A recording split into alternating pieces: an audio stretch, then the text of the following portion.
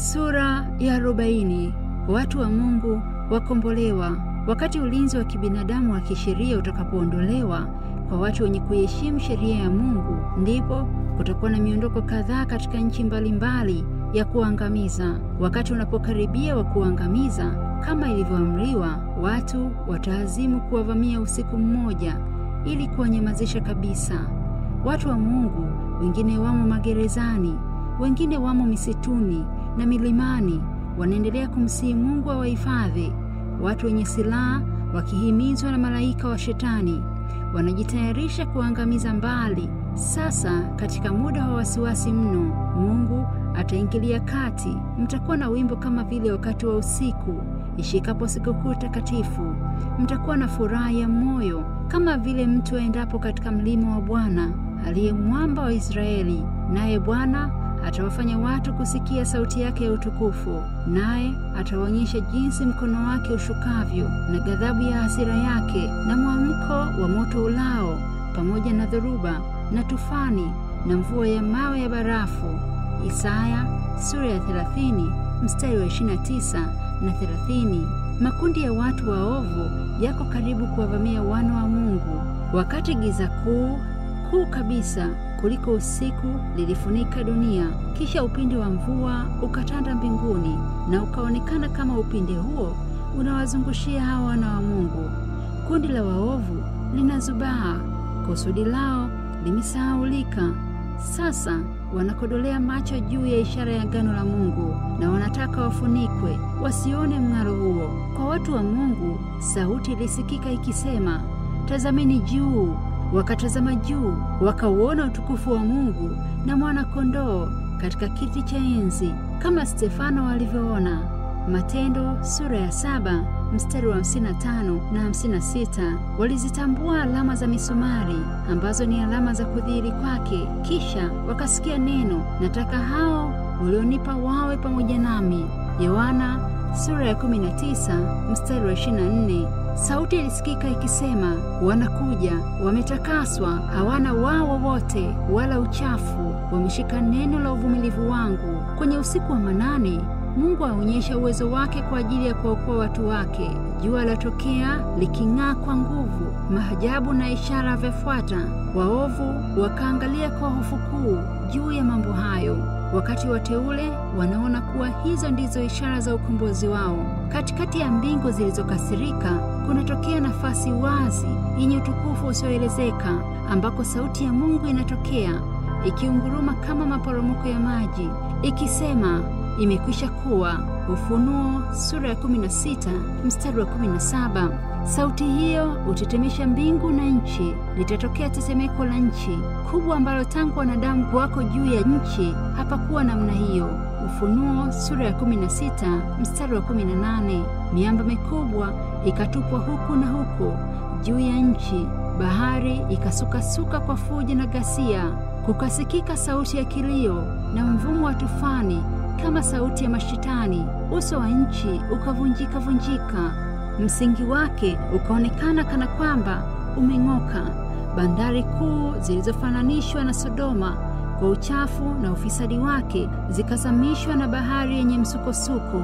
Babeli kuu amekumbukwa mbele za Mungu, ampe kikombe cha ghadhabu ya uchafu wake. Ufunuo sura ya 16 mstari wa 19.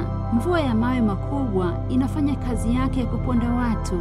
Miji mikuu yenye kiburi inaangushwa chini. Majumba makubwa ambako wakuu na matajiri walifanyia anasa zao yakabomolewa machoni mwao. Magereza yakapasuliwa na watu wa Mungu waliofungiwa humo wakatoka. Makaburi yakafunguliwa na wengi wao waliolala mavumbini wakaamka, wengine wapate uzima wa milele na wengine wapate aibu ya kudharaulika milele. Na wale waliomchoma Kristo, waliokuwa wakimdhihaki na kumchekelea kifo chake cha uchungu mkuu, na wale waliokuwa wapingaji wakuu wa ukweli, watafufuliwa wapate kuona heshima watakayopewa waaminifu na watiifu wa sheria ya Mungu. Danieli sura ya 12 mstari wa 2. Ufunuo sura ya 1 mstari wa 7. Umeme mkali unametameta ukizunguka nchi, ukiwa kama mwali wa moto juu ya ngurumo za ajabu sauti za sirisiri na masikitiko zikitangazia ajali ya waovu, wale waliokuwa kwenye majivuno na wapinzani wakuu, wakatili kwa watumishi wa Mungu, sasa wananyang'anywa kwa hofu. Mashetani wanatetemeka wakati watu wanaomba msamaha. Wale waliokuwa wenye majivuno na wapinzani wakuu, wakatili kwa watumishi wa Mungu, sasa wanagwaya kwa hofu. Mashetani wanatetemeka wakati watu wanaomba msamaha. Siku ya Bwana. Nabii Isaya asema, siku hiyo kila mtu atazitupilia mbali sanamu zake za fedha na sanamu zake za dhahabu walizojifanyia ili kuziabudu kwa fuko na popo, ili aingie ndani ya pango za majabali na ndani ya tundu za miamba iliyopasuka, mbele ya utisho wa Bwana na utukufu wa enzi yake atakapoondoka, ili aitetemeshe mno dunia. Isaya sura ya 2 mstari wa 20 na wa 21. Wale waliotoa yote kwa Kristo watakuwa salimini mbele ya dunia, na katika kifo wamemshuhudia jinsi walivyo waaminifu kwake aliyekufa kwa ajili yao. Nyuso zao ambazo hapo mbele zilikuwa na wasiwasi, sasa zimejaa kutabasamu na mshangao. Sauti zao zinaimba wimbo wa ushindi wakisema, Mungu ni ngome yetu na nguvu, ni msaada kwenye shida ulio karibu sana. Kwa hiyo hatutaogopa, ijapobadilika nchi, ijapotetemeka milima moyoni mwa bahari, maji yake yajapovuma na kuumuka, ijapopepeseka milima kwa kiburi chake. Zaburi sura ya 46 mstari wa 1 mpaka wa 3. Maneno haya yenye matumaini matakatifu yanayopaa kwa Mungu. Utukufu wa mji mtukufu unaonekana wakati malango yanapofunguliwa. Halafu ukaonekana mkono angani ukishikilia mbao 2 za mawe. Hizo ni mbao za amri za Mungu zilizotangazwa huko Sinai. Sasa zinadhihirika kuwa ndizo kipimo katika hukumu. Maneno yake ni dhahiri, rahisi kueleweka kwa wote. Kumbukumbu inamaanishwa. Hali ya ushirikina na ufedhuli inaondolewa mawazoni. Haiwezekani kuelekeza hali ya hofu na fadhaa itakawapata wale walioikanyaga sheria ya Mungu, waliihalifu sheria ya Mungu ili kupata furaha ya ulimwengu, na wakawafanya wengine pia kuihalifu. Sasa wanahukumiwa na sheria ile ile ilivyowadharau. Wanaona kuwa hawana udhuru wowote. Watu wao maadui wa sheria za Mungu sasa wanaona wazi upya juu ya ukweli wa wajibu wao. Sasa wanaona Sabato ni muhuri wa Mungu aliye hai. Wanaona, lakini wamechelewa msingi wa mchanga waliokuwa wamejenga. Lakini wamechelewa. Walikuwa wakipigana na Mungu wakati wakidhani kuwa walikuwa wanamwabudu. Walimu wa dini waliowaongoza watu wa kwenda ahera, wakati walidhani kuwa wanawapeleka mbinguni. Wenye madaraka kanisani wana wajibu mzito kiasi gani? Wachungaji wasio wa kweli nao wana ole mzito kiasi gani? Mfalme wa wafalme atokea. Sauti ya Mungu inasikika ikitangaza siku na saa ya kuja kwake Yesu. Waisraeli wa Mungu wanasimama wakisikiliza, nyuso zao ziking'aa kwa utukufu wa Mungu.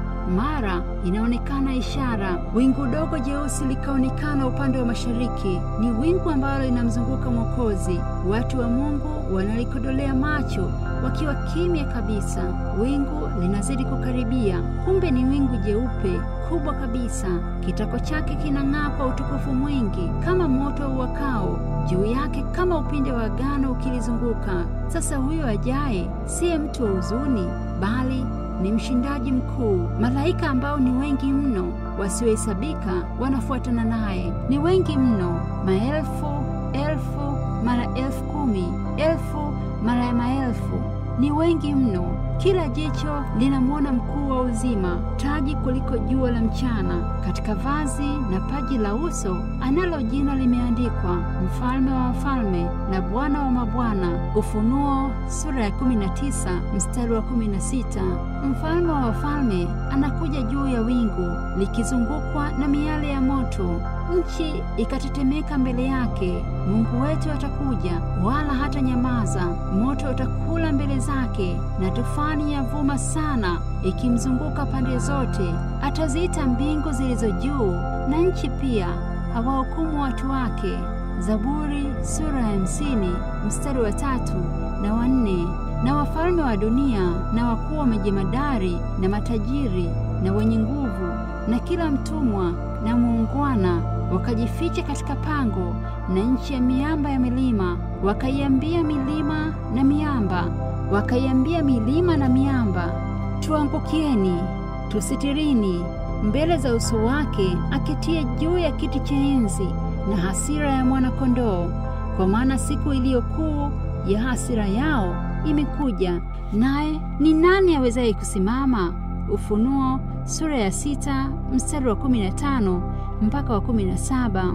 Mambo ya mizaa imekoma, midomo ya uongo imenyamazishwa. Hakuna sauti inayosikika sana ila vilio na maombolezo. Waovu wanaomba wafukiwe ardhini kuliko kumwona yule waliyemdhihaki na kumchezea. Sauti ile inayopenya mpaka katika masikio ya wafu waijua. Sauti hiyo iliwasihi mara ngapi ili watubu? Ilisikiwa mara nyingi ikiwaita watu kwa kuwasihi kwa rafiki, ndugu na mkombozi. Sauti inakumbusha juu ya maonyo yaliyodharauliwa na miito iliyokataliwa. Kuna wale waliomdhihaki Kristo wakati wa mateso yake. Alisema, tangu sasa mtamwona Mwana wa Adamu ameketi mkono wa kuume wa nguvu, akija juu ya mawingu ya mbinguni. Mathayo sura ya 26 mstari wa 64. Sasa wanamwangalia katika utukufu wake, na bado watamwona tena anaketi mkono wa kulia wa nguvu. Yupo shupavu Herode aliyemcheka. Wako wale waliomvika taji ya miiba kichwani mwake. Wako wote waliomtendea ufedhuli, waliomtemea mate, wote waliomchoma misumari. Wanaona alama hizo kwa hofu kwa kila aina na kumtesa. Wote hao wanatafuta kukimbia wasionekane kwake. Makuhani na wakuu wanakumbuka mambo ya Kalvari, jinsi walivyokuwa wakisema kuwa aliponya wengine, basi ajiponye. Mathayo sura 27 mstari 42. Walivyokuwa wakipiga kelele, asulubishwe, asulubishwe, ni mwana wa Mungu. Wote wanaukimbia uso wake, mfalme wa wafalme. Wote walioukataa ukweli, kutakuwa wakati watapokumbuka na kutafakari walivyopata nafasi wakazikataa, watatetemeka ajabu. Katika fadhaa yao watasikia sauti ya wenye haki zikisema, tazama, huyu ndiye mwana wa Mungu wetu, ndiye tuliyemngoja, naye atatuokoa. Isaya sura ya 25 mstari wa 9. Sauti ya mwana wa Mungu yawaita wateule ambao wamelala mavumbini. Watu wataisikia sauti yake popote walipolala, nao watatoka wakiwa jeshi kubwa sana.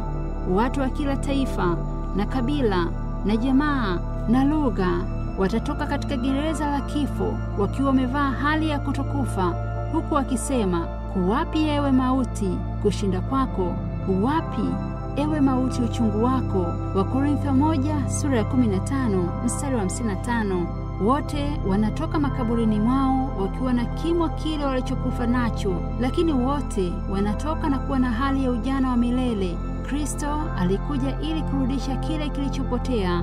Ataibadilisha miili yetu ya hali ya hafifu ipate kufanana na mwili wake wa utukufu. Miili ya kufa ambayo ni miharibifu, iliyoharibiwa na dhambi, itakuwa kamili kabisa, yenye sura nzuri na isiyoharibika. Vilema wote na hali ya ugonjwa vitaachwa kaburini. Waliokombolewa watakuwa, Malaki sura ya 4 mstari wa 2, wafikie kimo cha ukamilifu waliokuwa nao wanadamu kabla hawajahasi. Laana yoyote imeondolewa. Wateule wa Kristo watakuwa na sura ya Bwana wao katika ukamilifu wa miili, mawazo na roho. Wenye haki walio hai wanabadilishwa. Kitambo kufunga na kufumbua jicho. Kwa agizo la Mungu wanabadilika na kuvaa kutoharibika. Halafu wanaungana na wale waliofufuka ili kumlaki Bwana hewani. Malaika watawakusanya wateule wote kutoka pande 4 za nchi, kutoka upande huu mpaka upande mwingine. Mathayo sura ya 24 mstari wa 31. Watoto wachanga wanachukuliwa na kupelekwa na mama zao. Marafiki waliotengwa na kifo sasa wanaungana tena bila kuachana kamwe, na wote watapanda kwenda kwenye mji wa Mungu huku wakiimba nyimbo za furaha kuu. Na wote watapanda kwenda katika mji wa Mungu, huku wakiimba nyimbo za furaha kuu, mpaka mji mtakatifu. Watu wote waliokombolewa, ambao hesabu yao ni kama mchanga, macho yao yanamwangalia Yesu. Kila jicho linautazama utukufu wake, ambao uso wake uliokuwa umeharibika sana zaidi ya mtu yoyote, na umbo lake zaidi ya wanadamu. Isaya sura ya 52 mstari wa 14. Juu ya vichwa vya washindaji Yesu anaweka taji za utukufu. Kila mtu ana taji yenye jina lake, lile jina jipya. Ufunuo sura ya 2 mstari wa 17, na andiko lisemalo utakatifu kwa Bwana. Kila mtu akapewa tuzo ya ushindi na kinanda na kinubi cha kuimbia chenye kung'aa sana. Halafu malaika mwimbaji anapopiga wimbo, kila mtu anashika kinubi chake akiimba kwa ufundi wa ajabu. Kila sauti ikainuliwa kwa sifa ya shukrani ikisema, kwake yeye atupendaye na kutuosha dhambi zetu katika damu yake, na kutufanya kuwa ufalme na makuhani kwa Mungu, naye ni Baba yetu. Utukufu na ukuu una yeye hata milele na milele. Ufunuo sura ya 1 mstari wa 5 na wa 6. Mbele ya jeshi la waliookolewa huko mji mtakatifu, Yesu afungua malango, na mataifa ambao wametunza sheria yake wanaingia ndani. Kisha sauti yake inasikika ikisema, njoni mliobarikiwa na Baba yangu, urithini ufalme mliowekewa tayari tangu kuumbwa ulimwengu. Mathayo sura 25 mstari wa 34. Kristo anawapeleka watu walionunuliwa kwa damu yake mbele ya Baba yake na kusema, mimi niko hapa pamoja na watoto walionipa, wale walionipa nimewatunza. Waebrania sura ya 2 mstari wa 13. Yohana sura ya 17 mstari wa 12. Wakati huo Baba watazamapo kundi hili la waliokombolewa, anaona sura yake mwenyewe ndani yao. Alama ya dhambi imeondolewa, na sasa ubinadamu na uungu umeungana. Furaha ya Mwokozi inazidi anapoona kundi lilokombolewa kuona na mateso yake, na wateule hao watashiriki katika furaha yake. Wanawaona wale waliowahudumia kwa njia ya maombi yao, kazi yao na sadaka zao. Furaha yao itazidi wanavyoona jinsi muungano wa kazi ulivyo, yaani huku akamleta huyu, yaani huyu akamleta yule, na yule akamleta mwingine, na kadhalika. Adamu wawili wakutana. Waliokombolewa walipokaribishwa katika mji wa Mungu, kulikuwa na shangwe kuu. Adamu wawili karibu wakutana. Mwana wa Mungu atampokea baba wa taifa la kibinadamu ambaye alimuumba akatenda dhambi ambazo zilisababisha kusulubishwa kwa Mwokozi na kupata alama katika mwili wake. Adamu anapoona alama za misumari katika mikono yake, anajitupa chini ya miguu ya Kristo. Mwokozi anamuinua na kumwambia atazame tena bustani ya Eden ambayo alifukuzwa kwa siku nyingi. Maisha ya Adamu yamekuwa ya huzuni nyingi. Kila mara alipoona majani yakinyauka na alipoua mnyama wa sadaka ili kumpatanisha na Mungu, yote hayo yalimkumbusha ubaya wa dhambi. Aliona uchungu wa ajabu mambo hayo yote yalipotupwa kwake, kwamba ni yeye aliyesababisha. Alijuta kabisa, akafa katika tumaini, na sasa kwa kuwa alisamehewa, amerudishiwa hali yake ya kwanza. Akijaa furaha tele, aliuona mti wa uzima uliokuwa chakula chake. Akaona miche na miti ambayo yeye alikuwa akishughulikia kwa mikono yake. Akaona maua mazuri. Kweli Eden imerudishwa. Mwokozi anamuongoza kwenda kwenye mti wa uzima, na akaambiwa ale matunda yake. Adamu aliona maelfu ya ukoo wake ambao wamekombolewa. Ndipo akaitupa taji yake miguuni mwa Mwokozi, akamsujudia, akashika kinubi chake na kuimba kwa shangwe kuu, anayestahili, anayestahili ni mwana kondoo pekee aliyechinjwa. Ufunuo sura ya 5 mstari wa 12. Ndipo ukoo wake wa Adamu wakazitupa taji zao mbinguni pa Mwokozi, wakamwabudu.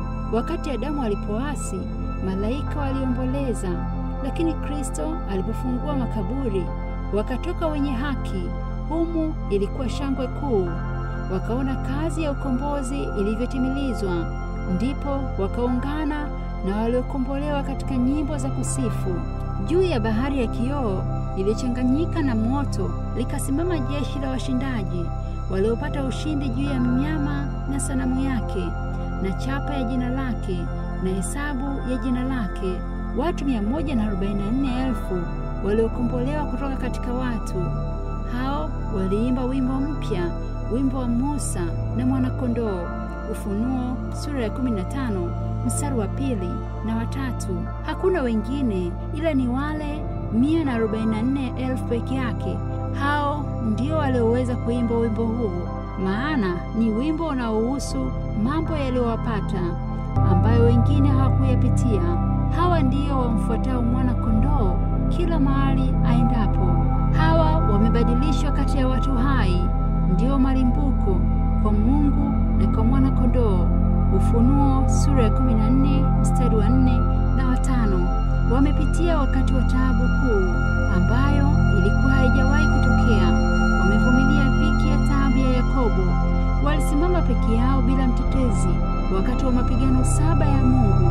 Wamefua mavazi yao na kuyafanya meupe katika damu ya mwana-kondoo. Katika vinywa vyao haukuonekana uongo, maana hawana mawaa. Hawataona njaa kamwe, wala wataona kiu tena, wala jua halitawapiga, wala hari iliyo yoyote. Kwa maana huyo mwana-kondoo aliye katikati ya kiti cha enzi atawachunga, naye atawaongoza katika chemichemi ya maji ya uhai, na Mungu atayafuta machozi yote katika macho yao. Ufunuo sura ya 7 mstari wa 14, sura ya 14 mstari wa 5, sura ya 7 mstari wa 16 na wa 17. Waliokombolewa katika utukufu. Katika vizazi vyote wateule wa Mwokozi wamekuwa wakitembea katika njia nyembamba. Walitakaswa katika tanuru la mateso. Kwa ajili ya Kristo walivumilia chuki, masingizio, masengenyo, kujikana na machungu mengi. Wamejifunza ubaya wa dhambi, nguvu ya dhambi na hatia ya dhambi na matokeo ya dhambi. Wameiona katika hali ya kuichukia, kuifahamu dhabihu ya Mwokozi kwa ajili yao. Wafanya kuwa wanyenyekevu na wapole. Wamependa sana kwa sababu wamesamehewa mengi. Luka sura ya 7 mstari 47. Kwa kuwa wamekuwa washiriki wa mateso ya Kristo, wamestahili pia kuwa washiriki wa utukufu wake. Warithi wa Mungu wanatoa mahali hafifu, vijumba vya ovyo, gerezani, mapangoni, milimani, jangwani, mwituni. Ni watu wa dhiki tu daima. Waliteswa wengi, walilala makaburini katika hali ya dhiki na fedhea, kwa sababu walikataa kusalimu amri kwa Shetani. Sasa hawana dhiki tena wala masumbuko. Hivyo sasa wanasimama katika furaha isiyosemekana na kuvaa mavazi ya utukufu. Wanavaa taji tukufu ambazo kamwe havikuvaliwa na mfalme yeyote duniani. Mfalme wa utukufu amefuta machozi yote katika macho yao. Wanaimba tu nyimbo za kusifu safi na tamu. Mbingu inajaa nyimbo zikisema, wokovu na Mungu akitia katika kiti cha enzi na mwana-kondoo. Na wote wanaitikia wakisema, Amina. Baraka na utukufu na heshima na shukrani na heshima na uwezo na nguvu zina Mungu wetu hata milele na milele. Ufunuo sura ya 7 mstari wa 10 na wa 12. Katika maisha haya tunaweza tu kuanza kufahamu mpango wa wokovu. Kwa akili yetu ndogo tunaweza kuelewa mambo ya aibu na ya utukufu, uzima na mauti, haki na rehema ambayo hukutania msalabani. Lakini kwa ajili ya uhafifu wetu tunashindwa kuelewa mambo hayo katika umuhimu wake, urefu na upana na kwenda juu na kina cha upendo cha ukombozi. Tunavifahamu kidogo sana kigizagiza. Mpango wa wokovu hautafahamika kamili hata kama waliokombolewa watafikia huko na kuona mambo waziwazi na kujua kama walivyojulikana.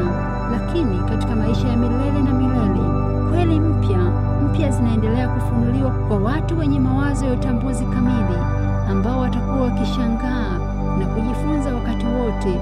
Ijapokuwa masikitiko na magonjwa na uchovu pamoja na majaribu ya dunia vimekwisha na laana imeondolewa, watu wa Mungu watakuwa na akili timamu ya kujua kweli kuwa kile kilichogharamisha wokovu wao, msalaba, ndio utakuwa kiini cha elimu ya kujifunza na wimbo wa kuimba milele na milele zote. Katika Kristo mwenye utukufu watamwona jinsi alivyosulubishwa. Kamwe haitasahauliwa kuwa mkuu wa utukufu wa mbinguni alijinyenyekeza ili kusudi apate kuwainua walioanguka dhambini, kwamba alichukua maovu na masikitiko yote, na uso wa Baba yake alificha usimwelekee Yesu, na ole wa ulimwenguni mzima ukamkalia mpaka roho yake ikavunjika na kufa. Muombaji wa ulimwengu aliacha utukufu wake ili kumwokoa mpotevu. Upendo huu wa Yesu kwa binadamu kamwe hautasaulika katika malimwengu yote. Mataifa ya waliookoka watakapomwangalia Mwokozi na kujua kuwa ufalme wake hauna kikomo, basi wanapaza sauti wakiimba, anayestahili ni mwana kondoo aliyechinjwa akatukomboa kwa damu yake na kutufanya wana wa Mungu. Siri ya msalaba inafunua siri zote. Itaonekana wazi kuwa Mwenyezi Mungu mwenye hekima yote asingebuni njia nyingine ya kumwokoa mwanadamu isipokuwa ni hiyo ya kujitoa kwa mwana wake. Matokeo ya kujitoa huku ni kujaza watu katika dunia ambao wamekombolewa, watakatifu, wenye furaha na wanyofu, waishio milele. Hiyo ndiyo thamani ya Roho ambayo ililipiwa gharama hiyo, na Baba aliridhika nayo, na Kristo aonapo matunda ya kafara yake kuu ataridhika.